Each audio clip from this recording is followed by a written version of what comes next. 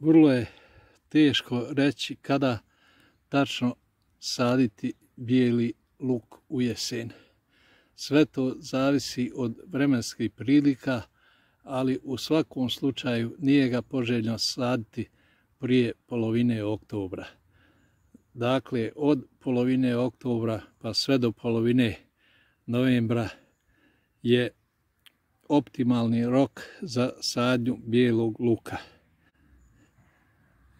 Potrebno ga je posaditi tako da ne bi prije zime isklijao i ponikao previše visoko, jer u toku zime, bez obzira što bijeli luk podnosi niske temperature, listovi će izmrznuti i na proljeće bijeli luk gubi snagu za oporavak.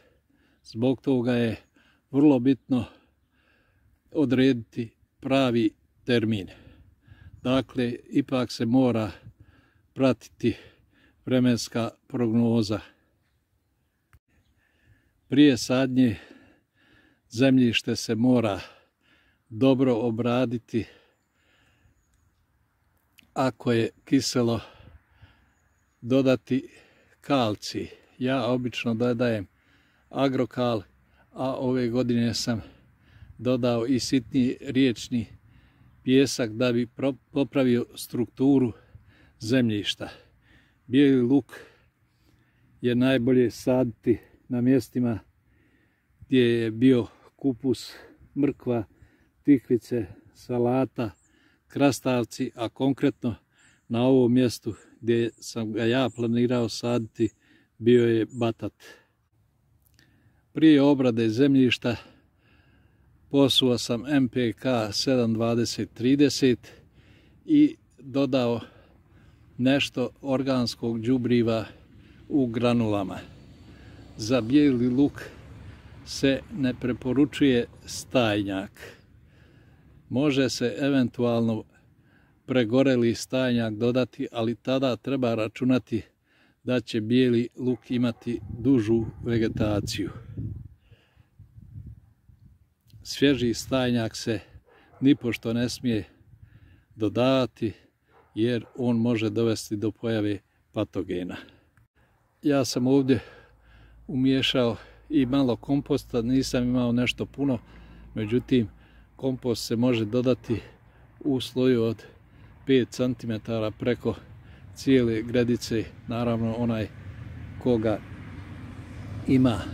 Također nije loše posuti gredicu drvenim pepelom. Za jesenju sadnju koristimo čenove jesenjeg luka koji je ipak nešto krupniji od onoga kojeg sadimo u proljeće. Prije sadnje potrebno je čenove potopiti u vodu u kojem smo nasuli drveni pepeo. Ja sam ovdje na 5 litara vode nasuo oko 200 grama drvenog pepela i čenovi se u takvom rastvoru ostave oko 2 sata. Nakon toga ih vadimo iz rastvora i ostavimo do pola sata da se prosuše. Bijeli luk inače sadimo u redove, preporučen je razmak od 20 do 30 cm. Međutim, ja već 3. godinu sadim bijeli luk na razmaku od 15 cm. To je iz čistog razloga što na manjoj površini dobijam veću količinu, a po sadnji gredicu malčiram s šumskim lišćem, a potom sve to prekrijem sa bujadi. To je vrsta paprati koja raste u obliku stabla i može dostići visinu i do 2 metra. Nažalost, nema je dovoljno, inače bi malčiranje mogao izvršiti samo sa bujadi. Sa ovim načinom zemlja se odlično čuva od isušivanja, ostaje rahla i na proljeće nema apsolutno nikakve potrebe za međurednim obrađivanjem. Također, kroz ovaj malč bijeli luk u proljeće izbija i nastavlja svoj rast. Sadimo ga, za razliku od proljetnog koji se sadi na dubini od 3-4 cm, na dubini od 7 do 8 cm. Možemo iskopati rovove u redovima i u te rovove polagati čenove. Čenovi se polažu na razdaljini u redu od 8 do 10 cm. Međutim, ja sam sebi od 2 drške metle napravio primitivnu napravu za rasađivanje luka, koja vrlo jednostavno funkcioniše. Evo vidite, ovdje su na donjem dijelu od metle isječani klinovi dužine 8 cm, što je sasvim dovoljna dubina. Računamo da se uvijek 1-2 cm zaspe. Sa ovim napravim otvore i jednostavno u njih ubacujem čenove. Vrlo jednostavno, a efikasno. Naravno, za sadnju uvijek biramo vanjske krupnije čenove, jer što je krupniji čen, trebali bi imati i krupniji luk. Evo, u ove otvore se jednostavno čen postavi tako da gornja strana bude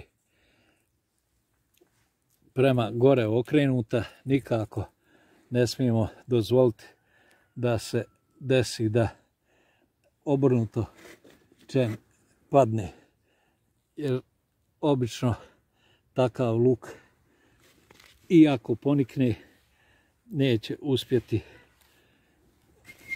razviti glavicu.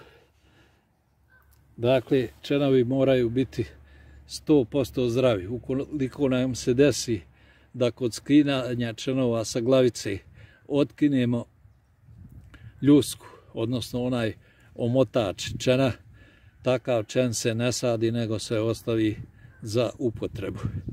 Čenovi moraju biti besprekorno zdravi, jer samo na taj način ćemo imati i zdrav luk. Evo, ja sam zasadio oko 1 kg na ovu gredu. Kao što vidite, čenovi se gotovo ne vide iz zemlje i sad ću to samo još malo popraviti grabljama. Bitno je da se čen nalazi potpuno u zemlji. Evo, preko sam prebacio i bujad. Ukoliko budem mogao naći dovoljno bujadi, a treba napraviti sloj od 20 cm, lišće neće biti ni potrebno.